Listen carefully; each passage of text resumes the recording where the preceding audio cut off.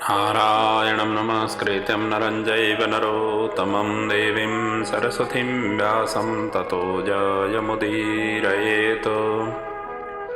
यं ब्रह्मा वरुणेन्द्ररुद्रमरुतस्तुन्वन्ति दिव्यैस्तवैः वेदैः साङ्गपदाक्रमोपनिषद्गायन्ति यं सामगा ध्यानावस्थिततद्गतेन मनसा पश्यन्ति यं योगिनो यस्यान्तं न विदुसुरासुरगणा देवाय तस्मै नमः।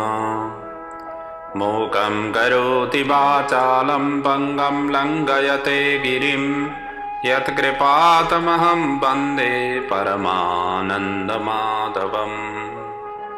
गुरुर्ब्रह्मा गुरुर्विष्णु गुरुर्देवो महेश्वर गुरुर्साक्षात् परब्रह्म तस्मै श्रीगुरवे नमः। श्री शिव महापुराण को जय। राष्ट्रदेव भगवान पशुपतिनाथ को जय। नेपालामा को जय। व्यास जी भगवान को जय। सद्गुरुदेव भगवान को जय। नेपाल भित्र र विश्वभरि छरिएर रहनुहुने समस्त आमा बुवा दाजुभाइ दिदीबहिनीहरूका हृदयमा रहनुभएका आत्मास्वरूप भगवान पशुपतिनाथलाई वन्दन गर्दै समस्त गुरु आचार्य चरणहरूमा वन्दनका साथसाथै विद्वान विदुषीहरूका चरणमा वन्दन गर्दै भगवान श्री राष्ट्रदेव पशुपतिनाथको चरणमा समर्पित शिव अमरगाथा श्री शिव महापुराणको यो अवगाहन गर्ने क्रममा हामी अनवरत रूपले लागि परिरहेका छौँ, चिन्तन मनन गरिरहेका छौँ र यसै क्रममा शिव महापुराणको द्वितीय रुद्र संहिताको तृतीय पार्वती खण्डभित्रका प्रसङ्गहरूका चिन्तन मनन चलिरहेका छन्। हिजोसम्मका प्रसङ्गमा हामीले 26औं अध्यायसम्मका कथालाई चिन्तन मनन गरेका थियौँ। आज तीदेखि कथालाई अगाडि बढाउँदै गइरहेको छु। यहाँ शिवजी स्वयं पार्वतीको तपस्थलीमा जटाजुट भेषधारी बनेर ब्राह्मण भेषमा पुगेको प्रसङ्गको चिन्तन मनन हामी गरिरहेका थियौँ र जहाँ एक अर्काको परिचय आदान प्रदान भइसकेपछि ब्राह्मण भेषी शिवजीले पार्वतीसँग उनी भित्रको तपस्याको फल के हो त्यसरी सोधिसकेपछि पार्वतीले आफ्नो यथार्थ भाव सबै व्यक्त गरिन्। आफ्नो पूर्वजन्मको वृत्तान्त व्यक्त गरिन् र शिवजी विहीन हुनु पर्यो भनेदेखि म अन्य कसैसँग पनि विवाह गर्दिन आदि इत्यादिका वार्तालापका रूपमा माँ जगदम्बिकाले ब्राह्मण भेषी जटाधारी का समक्ष यसरी व्यक्त गर्दै थिइन् र त्यसै क्रममा जटाधारी ब्राह्मण शिवजी नै हुनुहुन्थ्यो यो जटाधारीको रूपमा आउनुभएको।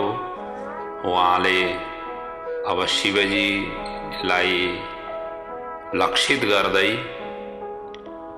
मनबाट हटाउनका लागि शिव निन्दा गर्दै मनबाट हटाउनका लागि अब भाव त्यसरी व्यक्त गरेको प्रसङ्गबाट आजको कथा सुरु हुँदैछ।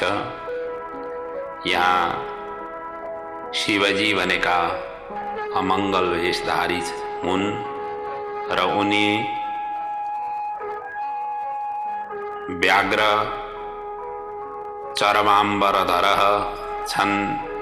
सर्पहरूको माला लगाएर बस्छन्, श्मशानमा रहन्छन् यस्ता वेशभूषाले पनि सुन्दर नभएका र एकान्त प्रिय हुने समाधिमै सदा सर्वदा निरत रहने त्यस्ता व्यक्तिसँग तिमी यति सुकोमल छौ, यति सुन्दरी छौ, यति जाजल्यमान छौ, तिनीसँग विवाह गर्नु उचित छैन भन्ने खालको प्रसङ्गलाई यहाँ ब्राह्मण वेशी शिवजी भन्दै हुनुहुन्छ। त्यही प्रसङ्ग ब्रह्माजी नारदजीलाई श्रवण गराइरहनु भएको छ, सूतजी शौनकादि ऋषिहरूलाई। आउनुहोस् अब हामी त्यही प्रसङ्गलाई चिन्तन मनन गर्दै आजको कथालाई अगाडि बढाउँ। यहाँ भनिराख्नु भएको छ, हे देवी, म पनि शिवजीलाई त सम्मान गर्छु, तर तिम्रो रूप लावण्य देखेर शिवजीको यथार्थ कुरा भन्न मलाई बाध्य गरायो। म भन्न गइरहेको छु, यसले तिमीलाई हित अहितको ज्ञान पनि हुनेछ, ठिक छ छैन त्यसको तिमीलाई ठोस निर्णय लिन तिमीलाई सहायक सिद्ध हुनेछ। मनलाई कठोर बनाएर श्रवण गर, शिवजी कस्ता हुन् र उनलाई पति बनाउँदाखेरि तिमीलाई के कति हित हुनेछ अहित हुनेछ आदि विषयमा तिमी स्वयं निर्णय लिन पुग्नेछौ भन्दै जटाधारी ब्राह्मणले भन्नुहुन्छ, वृषध्वजो महादेवो भस्मादिग्धो जटाधर व्यग्रचर्माम्बरधर संवीतो गजकृत्तिना कपालधारी सर्पोघै सर्वगात्रेषु वेष्टितः विषदग्धो भक्ष्यो विरूपाक्षो विभीषण। भगवान शिवजी भनेका त भस्म र जटाधारी का रूपमा सदैव रहने फक्कड जोगी हुन्। उनको धोतीको ठाउँमा बाघको छाला लगाएका छन्, उपवस्त्रको ठाउँमा हात्तीको छाला लगाएका छन्, अर्थात् त्यो भिरेका छन्। भीख माग्नका लागि उनीसँग कुनै पनि पात्र नभएर खोपडी, जो मनुष्य मृत्यु भइसकेपछि जुन कपाल रहन्छ, टाउको जुन शिर छ, त्यो शिरलाई नै लिएर हिँड्छन्। त्यही नै भिक्षा पात्र उनको हातमा रहन्छ। झुण्डका झुण्ड सर्पहरू त सम्पूर्ण शरीरमा जति बेलै सल्बलाइरहेका हुन्छन्। अनि त्यति मात्रै नभएर विष, भाङ, धतुरो जस्ता नशालु पदार्थ सेवन हमेसा गर्छन् र मस्त रहन्छन्। भक्ष्यको उनलाई कुनै पनि ख्याल हुँदैन र नेत्र हेर्दै डरलाग्दा खालका उनका नेत्रहरू छन् र हेर्दैमा उनी त यस्ता किसिमका स्वरूपले गर्दाखेरि उनी भद्दा देखिन्छन्, विरूप देखिन्छन्।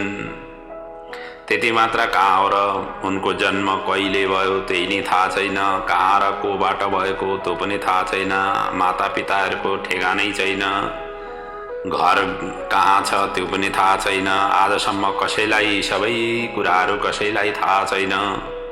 गृहस्थीदेखि उनी सधैँ टाढा रहन्छन्, त्यस्ता किसिमका छन्।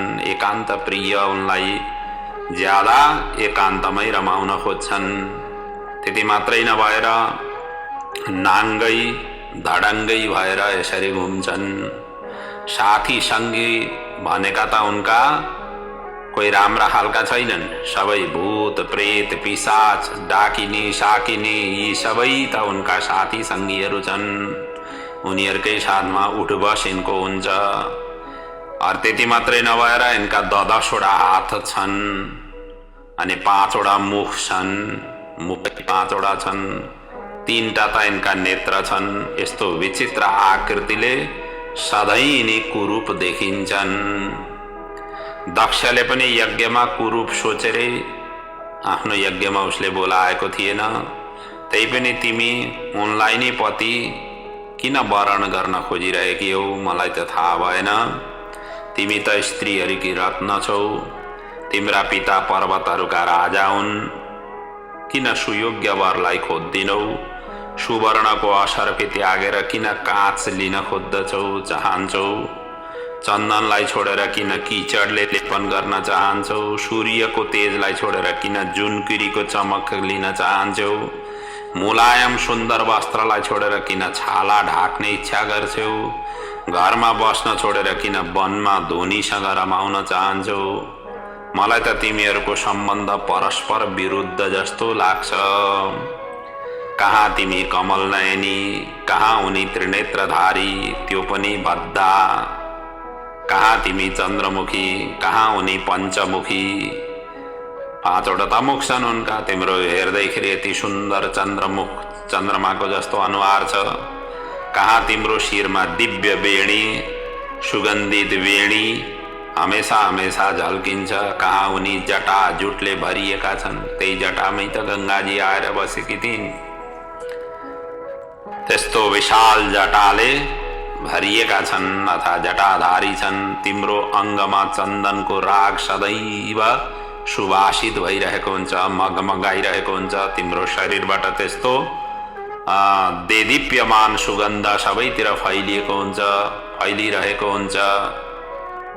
जबकि उनको अङ्गमा सीताको भस्म, मरेका लासहरूको जुन भस्म छ, चिता भूमिको जुन भस्म छ, ती भस्म नि लगाएर मस्त राम रहन्छन्।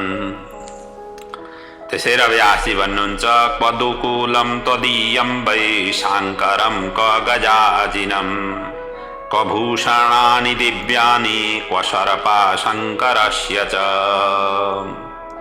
कहाँ तिम्रो अङ्गमा सुन्दर वस्त्र सुशोभित छ?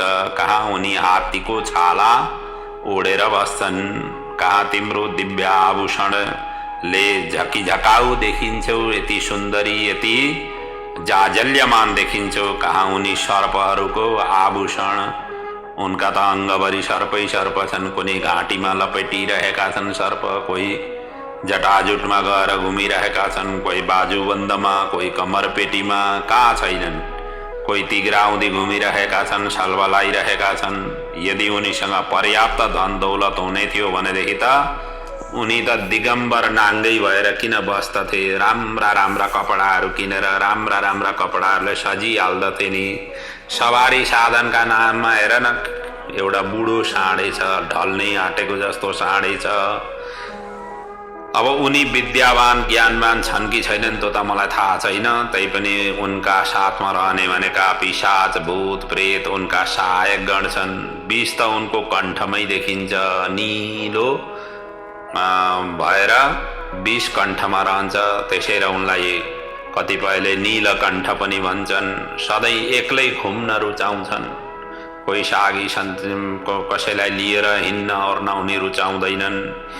विरक्तिका स्वरूपमा जहिल्यै पनि देखिन्छन्, कहिल्यै पनि त्यसरी उद्दीपन रूपमा देखिँदैनन्। हमेसा हमेसा विरक्तिको अवस्थामा उनको स्वरूप देखिन्छ। त्यसैले शिवजीका साथ तिम्रो कतै पनि मेल खाँदैन। काहीँ कतै पनि यसो सम्झाउने ठाउँ छैन।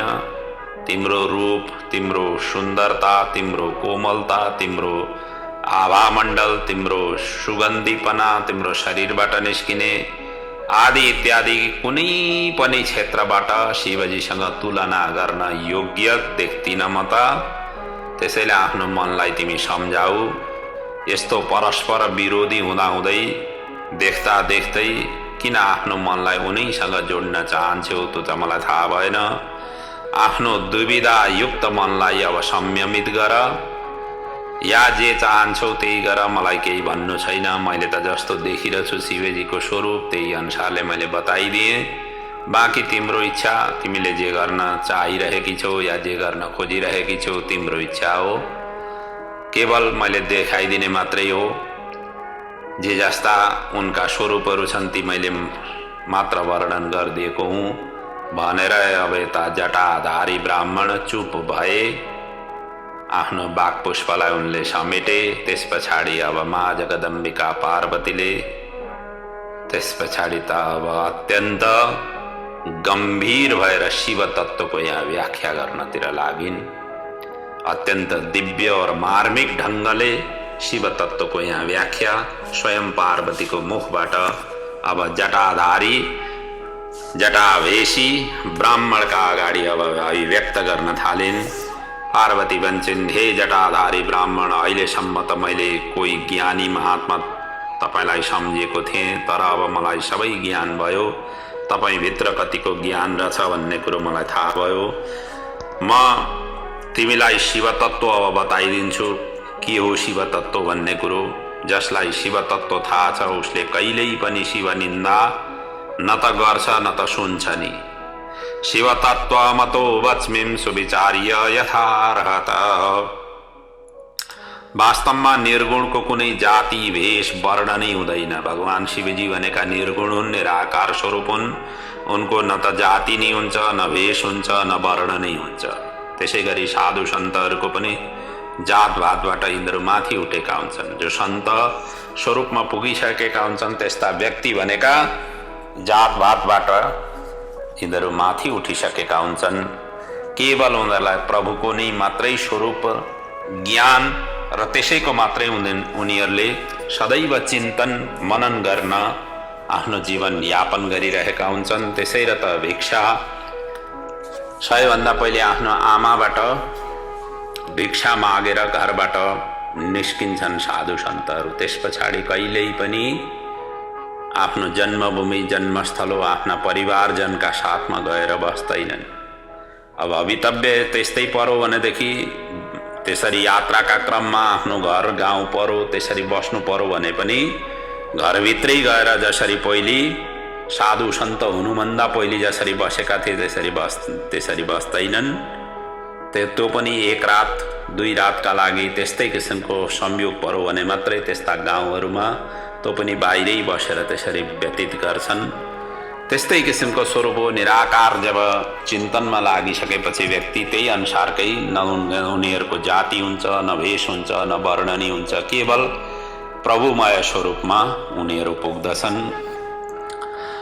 त भगवान शिवजी त निर्गुण स्वरूपमा त कुनै जात भेष वर्णबाट टाढै रहनुभयो। जब सगुण हुनुहुन्छ अनि मात्र यी परिवेशले सन्निहित हुने गर्छ। कहिलेकाहीँ महेश्वर आफ्नो लीला शक्तिले प्रेरित भएर सगुण हुँदा तथाकथित अद्भुत वेश धारण उहाँ गर्नुहुन्छ, जो कि अहिले तपाईँले वर्णन गर्नुभयो। वास्तवमा उनी परब्रह्म हुन्, जो सम्पूर्ण चराचरको स्वरूप हो, जसलाई जाति वर्ण वेशभूषाले केही फरक पार्दैन।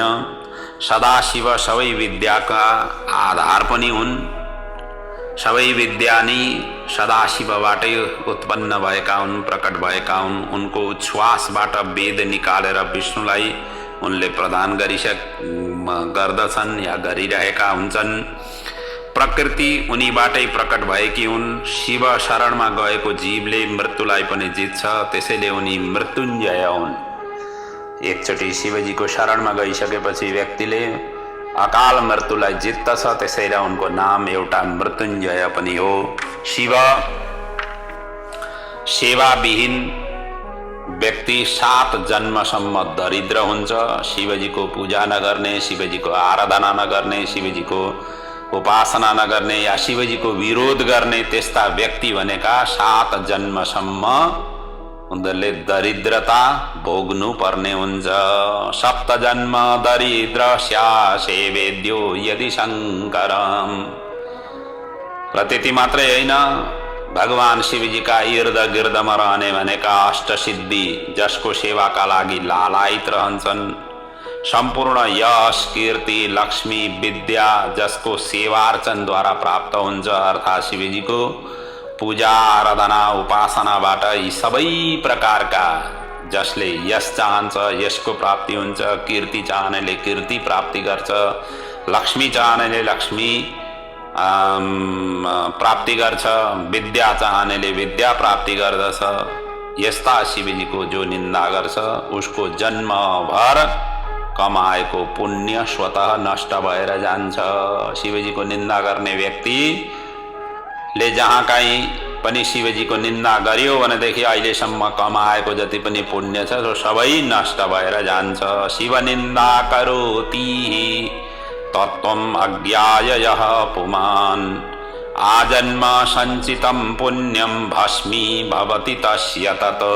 आजन्मसम्म कमाएको जति पनि धन पुण्य छ त्यो सबै भस्मसात भएर जान्छ।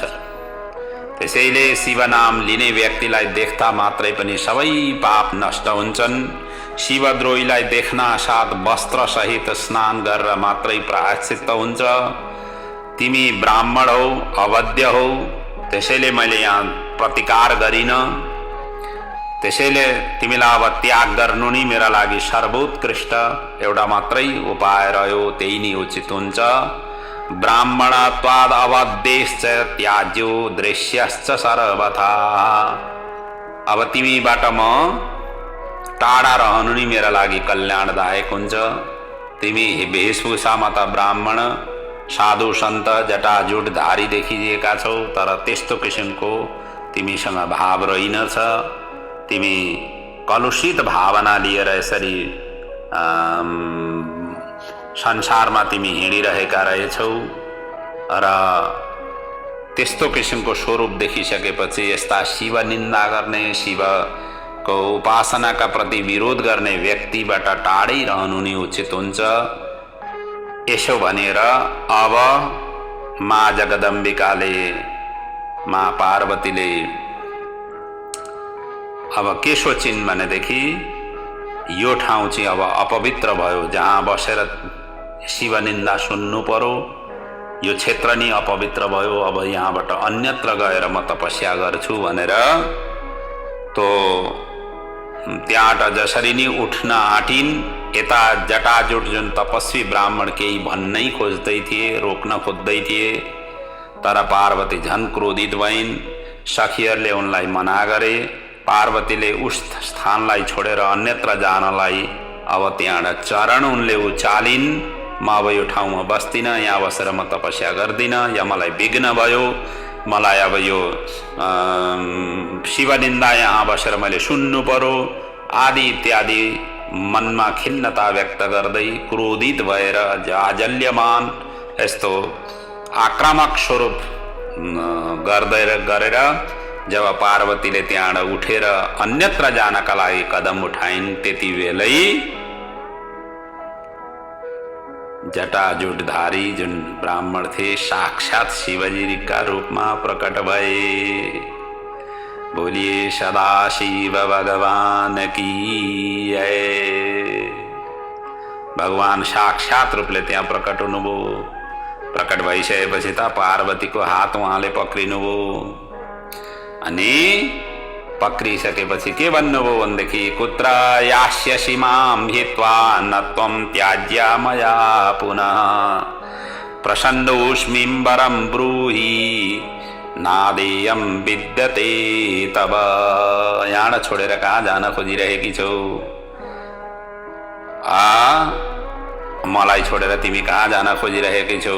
अब तिमीबाट म अत्यन्त प्रसन्न भइसकेको छु। अब तिमीलाई मैले जे वर माग्छौ तो नदिने कुनै पनि रहेन, अर्थात् सम्पूर्ण वर म दिन सक्दछु।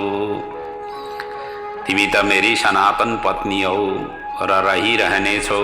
आज तिम्रो कठोर तपस्या ती माथिको दृढ संकल्पले म अत्यन्त प्रसन्न भएको छु। आजदेखि म तिम्रो तपस्याले किनेको दास भएको छु। अद्य प्रवृत्ति ते दास तपोविकृत एव ते। तपस्याद्वारा किनिएको म दास भएको छु। त्यसैले तपस्याले सबै कुरो प्राप्त हुन्छ। तप गर्नाले, तप भनेको धैर्यता हो, तप भनेको शान्ति हो, तप भनेको ज्ञान हो, तप भनेको ऐश्वर्य हो, तप भनेको निरन्तर साधना हो, निरन्तर उपासना हो र यसो गर्ने व्यक्तिले आफ्नो लक्ष्यमा प्राप्ति गर्छन्। जति पनि महापुरुष संसारमा भए, जति पनि इन्भेन्टहरू भए, इन्भेन्टकारहरूको हेर्नुहोस् न, जीवन उहाँहरूको जीवन पढ्नुहोस्, जीवनी पढ्नुहोस्, त्यसबाट हामीलाई अनेक ज्ञान प्राप्त हुन्छ। अनवरत रूपले उनीहरू साधनारत रहन्छन्। आफ्नो इन्भेन्ट जबसम्म प्रकाशित हुँदैन, जबसम्म सफल हुँदैन तबसम्म उनीहरू दिन रात खटिएर लाग्छन् अनि मात्रै गएर त्यो लक्ष्य हासिल गर्छन्। तपस्या भनेको नि अनवरत रूपले साधना हो। त्यसैले जीवनमा जे जस्ता किसिमका अप्ठ्याराहरू आउन् ती अप्ठ्याराहरूलाई परास्त गर्दै व्यक्ति आफ्नो लक्ष्य भेदनका लागि निरन्तर अगाडि बढिरह्यो भनेदेखि त्यो व्यक्तिले अवश्य नै सफलता प्राप्त गर्छ। यी जीवनका आफ्नै जीवनका उदाहरणहरू हुन्। हामी सबैले सोचौं त हाम्रो जीवनमा हामीले कहाँ कसरी हामी अनवरत रूपले परिरह्यौं र आज यो ठाउँमा आइपुगेका छौं। र यसमा पनि हामीले निरन्तर साधना गर्दै गयौं भनेदेखि अझै हाम्रो लक्ष्य भेदनका लागि अझै फराकिलो ठाउँमा हामी पुग्न सक्छौं। त्यसैले तपस्या भनेको एउटा साधना हो, आराधना हो, निरन्तरता हो। आज भगवान पनि निरन्तर साधना गर्ने व्यक्तिको अगाडि किनिएका झैं हुन पुगे। भगवान शिवजी किनिएका, म दास भएँ, तिम्रो तपस्याबाट म किनिएको दास भएँ भनेर यसरी व्यक्त गर्नु।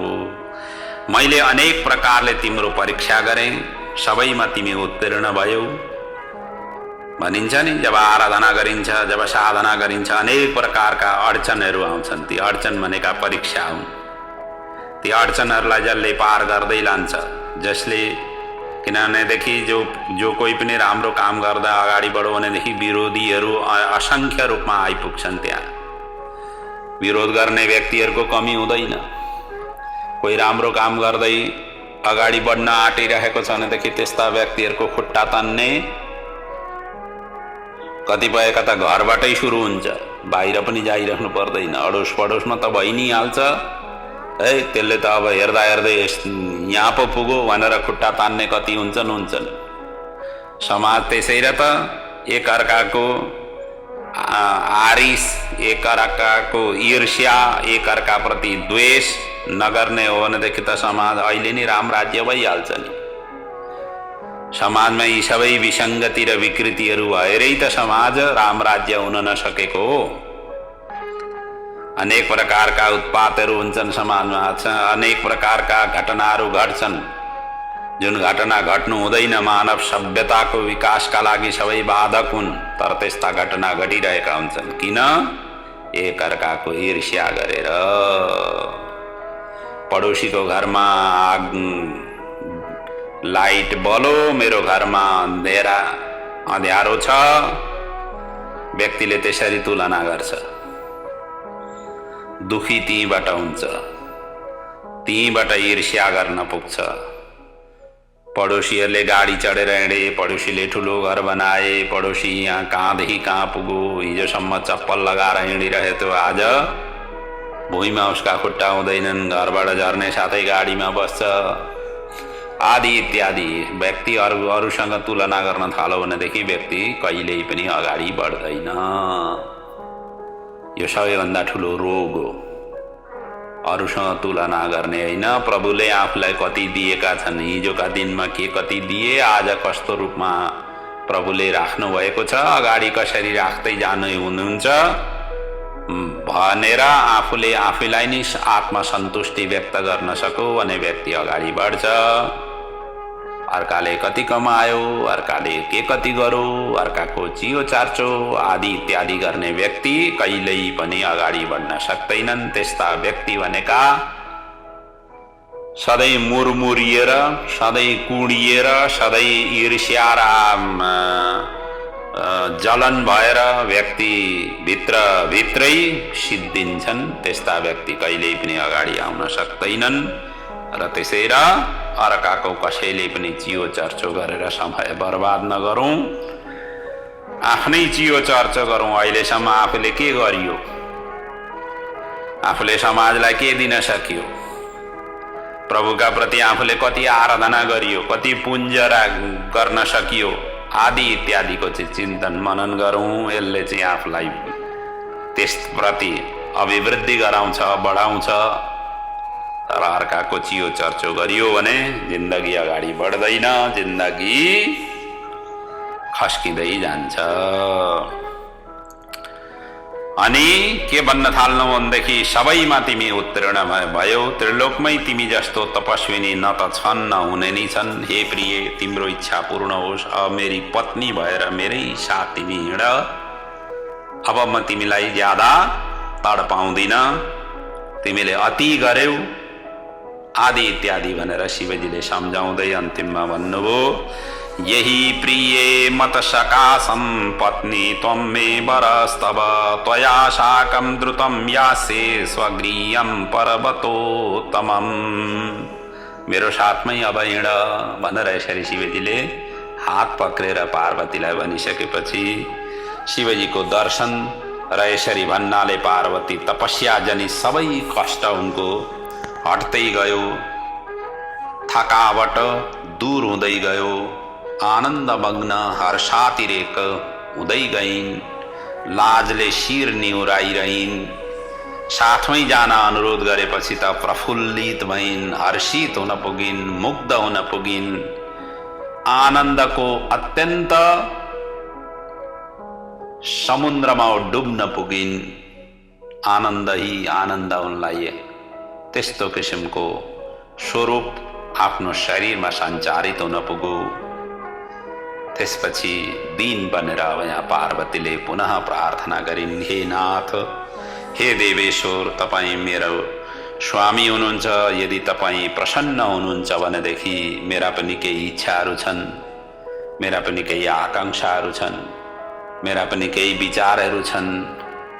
यी सबै आकांक्षाहरूलाई पूरा गर्दै मलाई सहधर्मिणी बनाउनु हो भनेदेखि म अत्यन्त प्रसन्न हुनेछु भन्दै आफ्नो अभिमत यहाँ पार्वतीले अब राखिन्। यदि प्रसन्नो देवेश करो शीच कृपा, यदि पतिर्भव ममेशान मम वाक्यम कुरु प्रभु। मेरे कुरालाई पनि तपाईले राख्नुहोला, तपाईको आज्ञा लिएर सर्वप्रथम म पिताको घर जान्छु। पार्वतीले आफ्ना शर्तहरू राखिन्। विवाह गर्नुभन्दा पहिले एकअर्का पति पत्नी वर कन्याका बीचमा केही आफ्ना आफ्ना कुराहरू हुन्छन्, कुराहरू सेयर गरिन्छ, भावनाहरू सेयर गरिन्छ, अनि मात्रै कार्यक्रम अगाडि बढ्छ। विवाहका कार्यक्रमहरू अनि मात्रै अगाडि बढ्छन्। आजकल त झन् यस्ता कुराहरूको त अत्यन्त पहिलेका जमानामा भलै त्यस्तो हुँदैन थियो। बुवा आमाले आफ्ना इष्टमित्रहरूले देखेका घर परिवारमा कुल घरानमा त्यसरी विवाह गरिन्थ्यो। बुवा आमाले मागेको बुवा आमाबाट स्वीकृत भइसकेपछि विवाह हुने गर्दथ्यो। अहिले त्यस्तो छैन। अहिले त आफ्ना आफ्ना कुराहरू राख्ने, आफ्ना आफ्ना सबै कन्याले पनि वरले पनि आफ्ना आफ्ना कुराहरू राख्ने, अनि मात्रै गएर बुवा आमालाई बताउने। त्यस्तो किसिमको विकास हुँदै गइरहेको छ। कतिपय त बुवा आमा आफ्ना छोराछोरीहरूको विवाह आदिका लागि कसैले कुरो राख्यो भनेदेखि उनीहरूलाई नि सोध्नुपर्छ भनेर यसरी आफ्नो अभिमत दिनका लागि नि सक्दैनन्। त्यस्तो किसिमको अवस्था सिर्जना हुँदै गयो।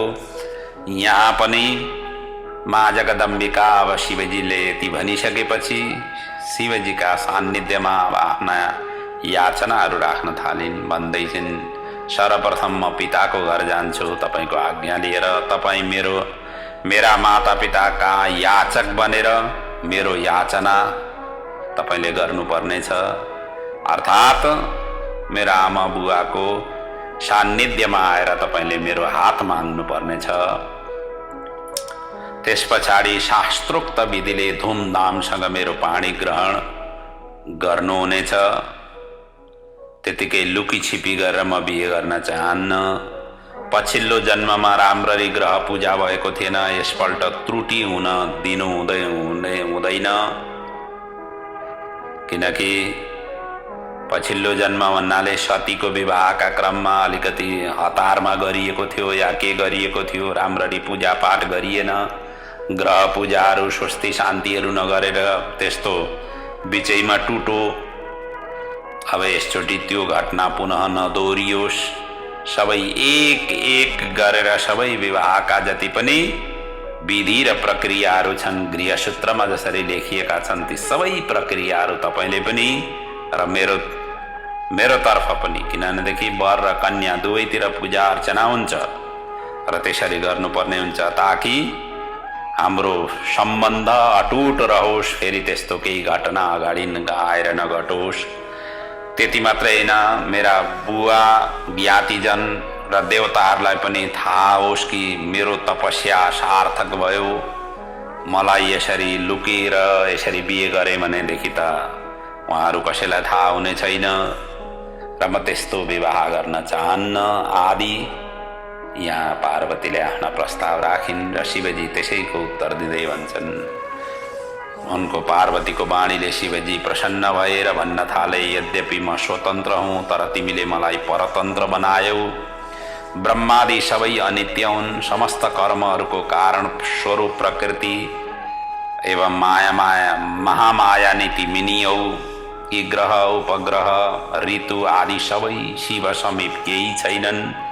अर्थात शिवजीका अगाडि, मेरा अगाडि ग्रह उपग्रह नक्षत्र आदि केही हैनन्, किनकि शिवबाटै सबै प्रकट भएका हुन्। के ग्रहा के ऋतुगणा के वान्येपि त्वया ग्रहा किमुक्तम चादुना देवी शिवाय वरवर्णिनी। हामी दुवै निर्गुण हुँदाहुँदै पनि भक्तवशात लोक कल्याणका लागि सगुण हुन्छौँ। हामी नित्य अविनाशी हौँ तर पनि अवतरित भएर लोक कल्याण गर्दै आएका छौँ। मेरो पनि वाक्य सुन भनेर अब शिवजीले पनि आफ्ना कुराहरू अब यहाँ पार्वतीका अगाडि राख्न थाल्नुभयो।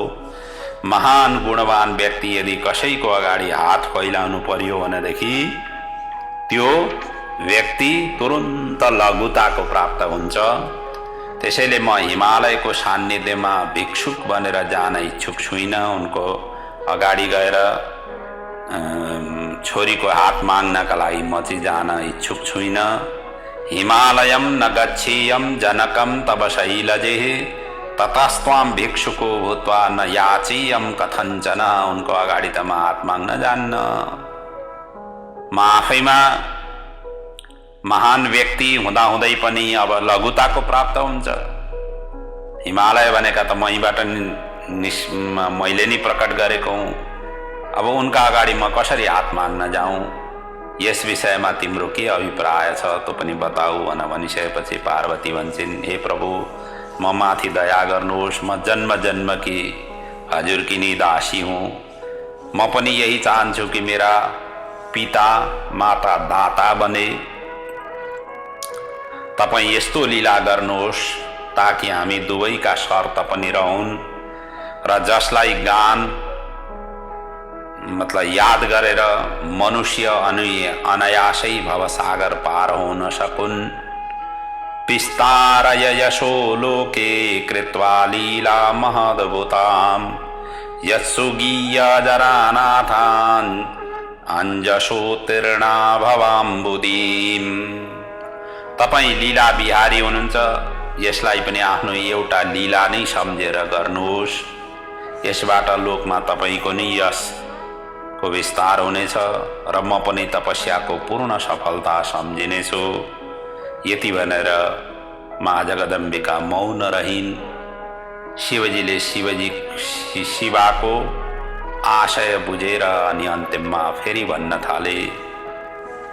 शिवजीले अन्तिममा गएर तथास्तु भनिदिनुभयो र ती मुस्कुराउँदै अन्तर्ध्यान हुनुभयो। यता कैलाशमा पुगेर शिवजीले आफ्ना गणहरूलाई सम्पूर्ण वृत्तान्त सुनाउनुभयो। सबै प्रसन्न भएर महान उत्सव त्यति बेला भव्य रूपले कैलाशमा सुसम्पन्न भयो। अब यस पछाडिका जुन प्रसङ्गहरू छन्, यस पछाडिका प्रसङ्गहरूमा भगवान शिवजी हिमालयको घरमा पार्वतीलाई भिक्षा का रूपमा माग्नका लागि पुग्नु भएको प्रसङ्ग छ जो चाहिँ शिवजीले आफ्नो रूप बदलेर नट अवतारमा जानुभयो। त्यस पछाडिका प्रसङ्गमा एउटा नट अवतारमा गइसकेपछि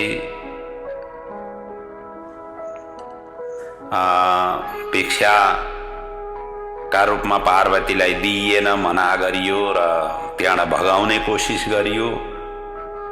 भगाइसकेपछि निस्किसकेपछि जब शिवजी अन्तर्ध्यान हुनुभयो, नटरूप भगवान अन्तर्ध्यान हुनुभयो, त्यस पछाडि मात्रै हिमालय, मेना आदिलाई सबैलाई थाहा भयो कि शिवजी नै आउनुभएको थियो। पश्चाताप गरेको प्रसङ्ग छ।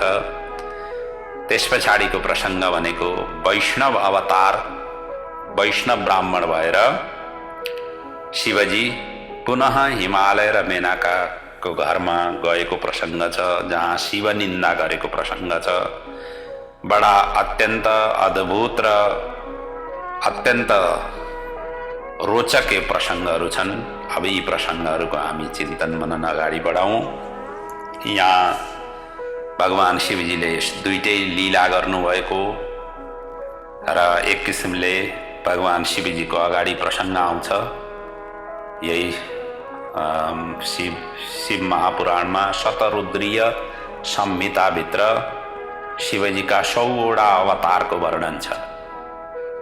त्यही 100वटा अवतारहरूको वर्णन गरिएकोले नि त्यो संहिताको नाम नि शतरुद्रीय संहिता रहेको छ। त्यसमध्येमा यो नट अवतार र वैष्णव ब्राह्मण अवतारको प्रसङ्ग पनि त्यहाँ जोडिएको छ। र ब्रह्माजी अब यहाँ अगाडि वर्णन गर्नुहुन्छ। अब यता यसरी वार्तालाप भइसकेपछि पार्वती आफ्ना परिवारमा पुग्नुहुन्छ। त्यसैको वर्णन सबैभन्दा पहिले गरिएको छ। पार्वत्यापि सखी युक्ता रूपकृत्वं तुषारतकं जगाम स्वपितुर्गेः महादेवेति वादिनी। हे नारद, पार्वती सखीहरू सहित तपस्थलीबाट महादेवको नाम जप्दै घर फर्किन्। उनको अपूर्व स्वागत भयो। उनको अगवानी गर्न स्वयं हिमाचल रथारूढ भएर निस्के। साथमा पुरोहित, पूर्ववासी, सखीहरू, ज्ञातिजन, मैनाक आदि भाइहरू सबैले सम्मान गर्दै घर लगे। मेना पर्वतराजले पार्वतीको अङ्कलमाल गरी मस्तक चुमे। सबै आनन्दमग्न हर्षयुक्त भए। अपूर्व र भव्य उत्सव सुसम्पन्न भयो। पार्वतीको आगमन हुँदा ब्राह्मणहरूले स्वस्ति वाचन गरे, मङ्गलाचरण गरे। मङ्गल पाठका ध्वनिहरू उनीहरूले उच्चारण गरे। सखीहरूले जय जयकार सहित पुष्पवृष्टि गरे, नृत्य गरे। ग्रामवासीहरूले पार्वतीको पूजा अर्चना गरे। देवताहरूले आकाशबाट पुष्पवृष्टि गरे। गिरिराजले ब्राह्मण तथा बन्दीजनहरूलाई धन र मानले सम्मान गरे। त्यसपछि बडा ही अत्यन्त सुमधुर सौहार्दपूर्ण वातावरणमा यसरी माँ जगदम्बिका आफ्नो घरमा प्रवेश गरिन्, हिमालयमा प्रवेश गरिन्। र त्यति भइसकेपछि हिमवान गङ्गा स्नान गर्नका लागि निक्ले। र यही क्रममा, यसै बेलामा नटभेषमा भगवान शिवजीको वहाँ आगमन हुन्छ। त्यसको प्रसङ्गको वर्णन अगाडि गरिन्छ। एतस्मिन्नन्तरे शम्भु सुलीलो भक्तवत्सल सुनरत कनटो भूत्वा मेनका सन्निधौ ययौ। हिमालय त गङ्गा स्नान गर्न निक्ले। यता मेनाथिन घरमा त्यति बेला नि शम्भु सुयोग्य नट भेषमा मेनकाको पास पुगे। लाल उनले लाल वस्त्र धारण गरेका थिए। हातमा डमरू थियो, सिङ धारण गरेका थिए। उनले सुन्दर नृत्य र गान गाए। नटराजको लीला हेर्न सबै नगरवासीहरू मेनाको घरमा एकत्रित भए। पार्वतीले साक्षात शिवजीको दर्शन गरिन्, कृतकृत्य भइन्। मेनाले सुवर्ण थालीमा अनेक सुन्दर रत्नहरू सजाएर उनलाई दिन भित्रबाट लिएर आइन्।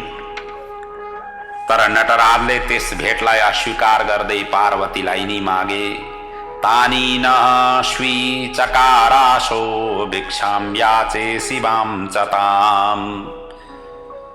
जब शिवालाई नै भिक्षाका रूपमा मागिसकेपछि नटराज नाचिरहेका थिए। मेना क्रोधित भइन्, किम कर्तव्य विमूढ भइन्। त्यही बेला पर्वतराज पनि गंगा स्नान गरेर उहाँ उपस्थित भए। मेनाले नटराजको विषयमा जे भयो सबै ज्ञान उनले गराइन्, सबै अवगत गराइन्। पर्वतराज पनि नटराजको अभिप्रायदेखि कुपित हुन पुगे, क्रोधित हुन पुगे।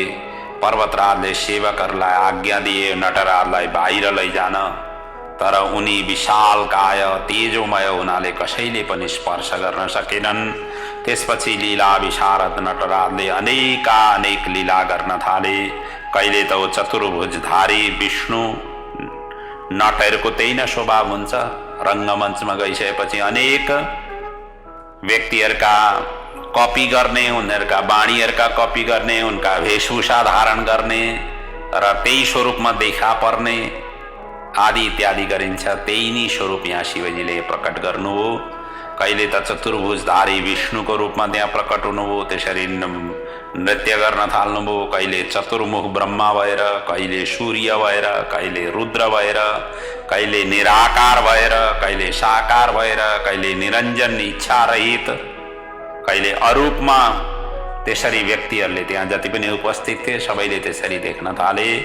शैलो ददर्शतं तत्र विष्णुरूपधरं द्रुतं, ततो ददर्शतं तात रुद्ररूपं महदद्भुतम्। एवं बहुनि रूपाणि तस्य तत्र ददर्शस। अनेक रूपहरू त्यहाँ चाहिँ नटराजले देखाइदिनु भयो। अन्त्यमा नटराजले फेरि पनि शिवाको हात मागे, जाँदा जाँदै मागे, पार्वतीको हात मागे, तर शिवमायाले मोहित पर्वतराजले उनको प्रार्थना स्वीकार गरे। अन्य वस्तु दिन उनले खोजे उपहारका लागि, तर कुनै पनि वस्तु सामग्रीहरू उनले कुनै पनि लिएनन्, स्वीकारेनन्। त्यसपछि देख्दा देख्दै नटराज त त्यही अन्तर ध्यान हुनुभयो। नटराज भगवानको जय। भिक्षु किञ्चिन्न जगराह तत्रैवन्तर ददे तत। त्यही अन्तर ध्यान हुनुभयो। अन्तर ध्यान भएपछि मात्र पो सबैलाई झल्यास भए, सबैले थाहा पाए उनी त साक्षात् शिवजी थिए। पार्वतीको प्रार्थना अनुसार याचक बनेर गएका थिए, तर शिवमायाले मोहित मेना हिमालयले केही पनि थाहा पाउन सकेनन्। अन्त्यमा सबैलाई पश्चाताप मात्रै रह्यो र केही पनि हात लागेन। अब यस पछाडिको प्रसङ्गमा देवताहरूले अनुरोध गरे शिवजीलाई कि वैष्णव ब्राह्मणको रूपमा गएर आशीर्वाद दिनु भनेर यसरी अनुरोध गरेको प्रसङ्गको वर्णन छ। ब्रह्माजी त्यही भनिराख्नु भएको छ, हे नारदजी, भगवान शिवजी प्रति मेना र हिमवानको अनन्य भक्ति देखेर इन्द्रादि देवता बृहस्पतिलाई सम्मति लिएर शिवजी कहाँ पुग गए। प्रणाम पछि उनले स्तवन गरे, प्रार्थना गरे, देवदेव महादेव करुणाकर शङ्कर, वयं त्वां शरणापन्ना कृपां कुरु नमोस्तुते। हे प्रभु, तपाईँ भक्तवत्सल दीनबन्धु हुनुहुन्छ। यति बेला मेना र हिममान तपाईको अनन्य भावले चिन्तन गरिरहेका छन्, मनन गरिरहेका छन्, प्रार्थना गरिरहेका छन्, स्तवन गरिरहेका छन्। बडा गदगद र आनन्दित भएर तपाईको गुणानुवाद गरिरहेका छन्, स्मरण गरिरहेका छन्। तपाईले उनीहरूलाई अब उद्धार गर्नुहोस्, यही निवेदन गर्न तपाईको सान्निध्यमा हामी आएका हौं भनेर यसरी प्रार्थना गरिसकेपछि शिवजीले मुस्कुराउँदै सबैलाई आश्वासन दिनुभयो, तथास्तु भन्दै र देवताहरूलाई विदाई गर्नुभयो। त्यस पछाडि शिवजी वैष्णव ब्राह्मणको वेशमा पुनः हिमालयको घरमा पुग्नुहुन्छ। अब त्यही प्रसङ्गको वर्णन अगाडि छ। त्यसपछि त लीला विशारद शिवजीले सुन्दर वैष्णव ब्राह्मणको वेशमा हातमा दण्ड, छत्र, उज्जवल तिलक, स्फटिक माला, हातमा कण्ठमा शालिग्राम धारण गरी हरिनाम संकीर्तन गर्दै हरे कृष्ण कृष्ण कृष्ण हरे हरे, हरे राम राम राम हरे हरे भन्दै हरिनामको संकीर्तन गर्दै हेर्दा साधु सन्यासी वेशमा त्यस्तो किसिमको स्वरूपमा हिमवानको घर पुनः एकपल्ट परीक्षा गर्न पुगे। अब हिमवानले परम तपस्वी विरक्ति भेषी ब्राह्मणलाई आदर सत्कार गरेर अन्तिममा उनलाई सभामा बसाए। त्यसपछि कुशल क्षेम सोधे, आदान प्रदान भयो स्वागत सत्कारको। अनि हिमवानले प्रश्न गरे, को भवान इति, तपाईँ को हुनुहुन्छ, तपाईँको परिचय के हो भनेर यसरी सोधे। सोधिसकेपछि ब्राह्मण वेशी, वैष्णव ब्राह्मण वेशी शिवजी भन्नुहुन्छ, म उत्तम वैष्णव ब्राह्मण हुँ र ज्योतिष विद्याको आश्रय लिएर यो पृथ्वी तलमा म भ्रमण गर्दछु। मनको समान मेरो गति छ, सबैतिर म जान सक्छु, म माथि गुरुजीको कृपा छ। मया ज्ञातं हराय त्वं स्वशोतां दातुमिच्छसि, इमां पद्मसमां दिव्यां वररूपां सुलक्ष्मणाम्। त्यसरी म विचरण गर्दै यहाँ आएँ। यहाँ आउँदाखेरि मलाई थाहा भयो तपाईँ आफ्नी अत्यन्त सुन्दरी कन्यालाई, लक्ष्मी झैं सुन्दरी कन्यालाई एउटा आश्रय रहित असङ्ग कुरूप गुणहीन महादेवलाई दिन गइरहेका छौ अरे भन्ने मैले सुने। त्यसैले यहाँ म पसेको हुँ। ती रुद्र त श्मशानवासी हुन् र शरीरमा सर्प लपेटेर हिँड्छन् तिनी। अनि यति सुन्दरी कन्यालाई उनका साथमा कसरी तपाईले दिनलाई राजी हुनुभयो? कपडाको ठाउँमा बाघ र हात्तीको छाला उनको हुन्छ सधैँ, आभूषणको ठाउँमा सर्प छन्। उनको कुल घरान गोत्र माता पिता केही कसैलाई थाहा नै छैन। 3वटा आँखा, 5वटा मुख, 10वटा हात, हेर्दै विचित्र यस्ता किसिमका व्यक्ति आजसम्म न देखिएको छ, न सुनिएको छ, न भोगिएको छ। यस्ता कुपात्र कुशील शरीरभरि भस्म धारण गर्ने, सधैँ क्रोधित अवस्थामा रहने, विषय वासना र माया प्रेमको विषयमा यिनलाई केही थाहै छैन। यी त अनभिज्ञ छन्। कसरी माया गर्नुपर्छ, कसरी प्रेम गर्नुपर्छ, कसरी आसक्तिलाई अगाडि बढाउनुपर्छ आदि इत्यादिका विषयमा यिनलाई केही थाहा नै छैन। सधैँ योग आसनमा बसी समाधिस्थ हुन यिनी रुचाउँछन्। जटाबन्धन भिक्षु कुमार्ग परायण वैदिक मार्ग विहीन यी त अविवेकी पो छन् त। यस्ता किसिमका व्यक्तिलाई कसरी तपाईले आफ्नी यति सुकोमल कन्यालाई दिनलाई रुचाउनु भयो? त्यही नि मलाई आश्चर्य भएर म घुम्दै फिर्दै यहाँ आएको हुँ। सर्वाश्रयाय भ्रमीणे नागहाराय भिक्षवे, कुमार्ग निरतायाथ वेद वेद द्वत्यागिने हठात। इन त कुमार्ग परायण वैदिक मार्ग विहीन हुन्। किनकि वाम मार्ग जुन भनिन्छ शिवजीबाटै नि उत्पन्न भएको मार्ग हो त्यो, जसलाई सनातन वैदिक परम्पराले सम्मान त्यति दिँदैन यी सबैका। किनभने सबै शास्त्रहरूका प्रवर्तक नै शिवजी हुन्। सबै एकै किसिमका भए भने त हेता केही संसारमा जसरी अगाडि बढ्नुपर्ने हो, जसरी हुनुपर्ने हो त्यसरी अगाडि बढ्न सक्दैन। त्यसैले पनि राजनीतिक क्षेत्रमा पनि विरोधीहरू रहन्छन्। एउटा सत्ता पक्ष हुन्छ, एउटा विपक्षमा हुन्छन्। विपक्षहरूले कुराहरू उठाइदिएपछि सत्ता पक्षहरू सचेतन हुँदै जान्छन्। त्यस्तै हो संसारमा जे जस्ता कार्यहरू भइरहेका छन्, जे जस्ता कार्यहरू अगाडि बढिरहेका छन्, सपोर्ट र त्यसको प्रति टीका टिप्पणी गर्ने व्यक्ति हुनुपर्छ। मान्छे एक नासले अगाडि बढिरह्यो, कसैले टीका टिप्पणी गरेन भनेदेखि व्यक्ति धेरै अगाडि बढ्न सक्दैन। टीका टिप्पणी गर्ने पनि अगाडि पछाडि हुनुपर्छ। अनि मात्रै व्यक्ति चनाखो हुन्छ। सधैँ सफल हुने व्यक्ति एक कहीँ न कहीँ असफल भयो भनेदेखि त्यो व्यक्तिलाई साह्रै गम्भीर चोट आउँछ। त्यसैले जीवनमा सधैँ सफल भएको व्यक्ति पनि काम लाग्ने खालको हुँदैन। कतै कतै हन्डर खानुपर्छ। हन्डर खाएको व्यक्ति नै एकदम तिखारिएर अगाडि बढ्छ। जति चोट पर्छ त्यति व्यक्ति तिखारिँदै, त्यति मजबुत हुँदै, त्यति कठोर हुँदै, त्यति वज्र हुँदै अगाडि बढ्न पुग्छ। त्यसैले यहाँ शिवजीबाटै सबै शास्त्रहरू निस्केका हुन्। जति पनि छन्, जति पनि शास्त्रहरूका आविर्भाव भयो, प्रकट भयो, ती सबै शिवजीबाटै निस्केका हुन्। अति मध्येमा पनि कतिपय सनातनी मार्गीका छन्, कतै वाम मार्गीका छन्। सबै हामीले सुनेकै, देखेकै, भोगेकै कुराहरू हो। जहाँ जता पनि हेर्नुहोस् श्री शिव उवाच भनेर सबै स्तोत्र मन्त्रहरू उच्चारण गरिएका छन्। माँ जगदम्बिका प्रश्न गर्ने, शिवजीले उत्तर दिने क्रममा सबै स्तोत्र मन्त्रहरू आविर्भाव भएका छन्, प्रकट भएका छन्। यस्ता अयोग्य वरलाई आफ्नी पुत्री दिन तपाईँ खोज्दै हुनुहुन्छ, यो मङ्गल सूचक होइन। तिमी त नारायणको कुलमा उत्पन्न भएका हौ। किनभनेदेखि नगाधिराज हो नि तिमी।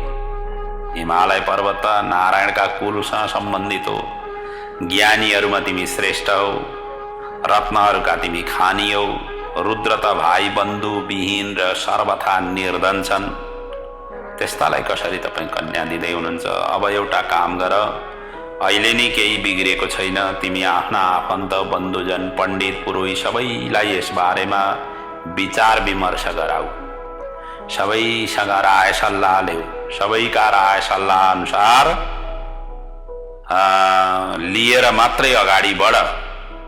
तर यस विषयमा आफ्नी पुत्री पार्वतीलाई भनेपछि नसोध्नु।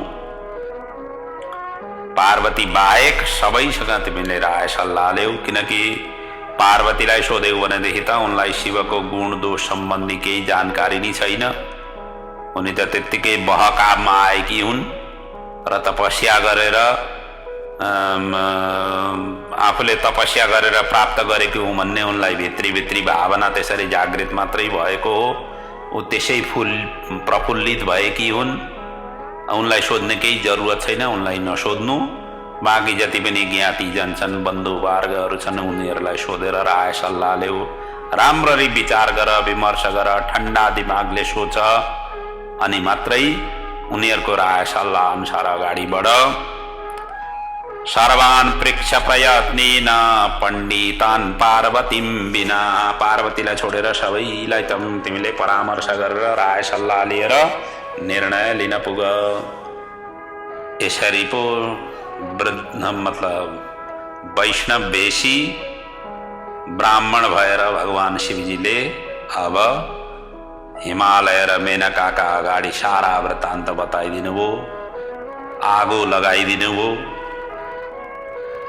अनि आगो लगाइदिइसकेपछि उहाँहरूको आतिथ्यलाई स्वीकार गर्नुभयो, ब्रह्मभोज गर्नुभयो, हिमालयका घरमा भोजन पनि गर्नुभयो।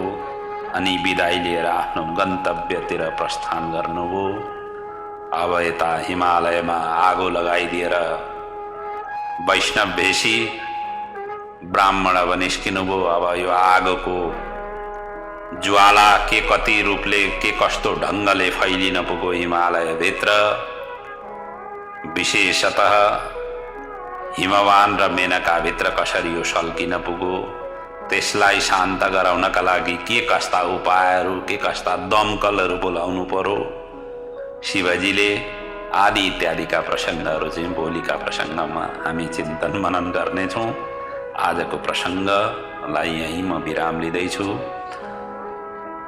राष्ट्रदेव भगवान पशुपति नाथको चरणमा समर्पित यो अमर गाथा शिव महापुराणले हामी सबैलाई, हाम्रो सबैको जीवनमा खूब तरक्की, उन्नति, प्रगति गर्न सकोस्।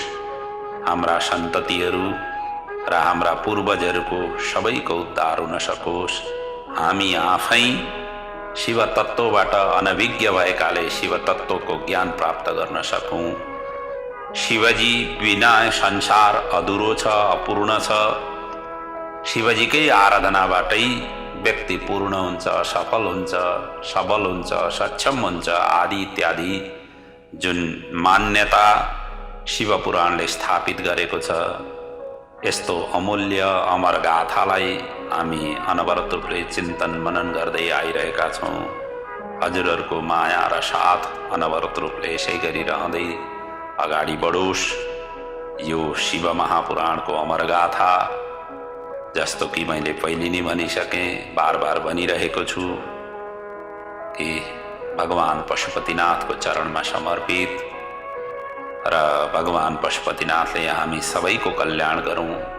हामी जहाँ रहौँ, जुन अवस्थामा छौँ, जुन अवस्थामा हामी आफ्नो कार्यक्षेत्रका रूपमा अगाडि बढाइरहेका छौँ, त्यही क्षेत्रमा भगवान शिवजीले हामीलाई सर्वत्र रूपले, सर्व प्रकारले खूब तरक्की, उन्नति, प्रगति, शक्ति र सामर्थ्य निरन्तर प्रदान गरून्।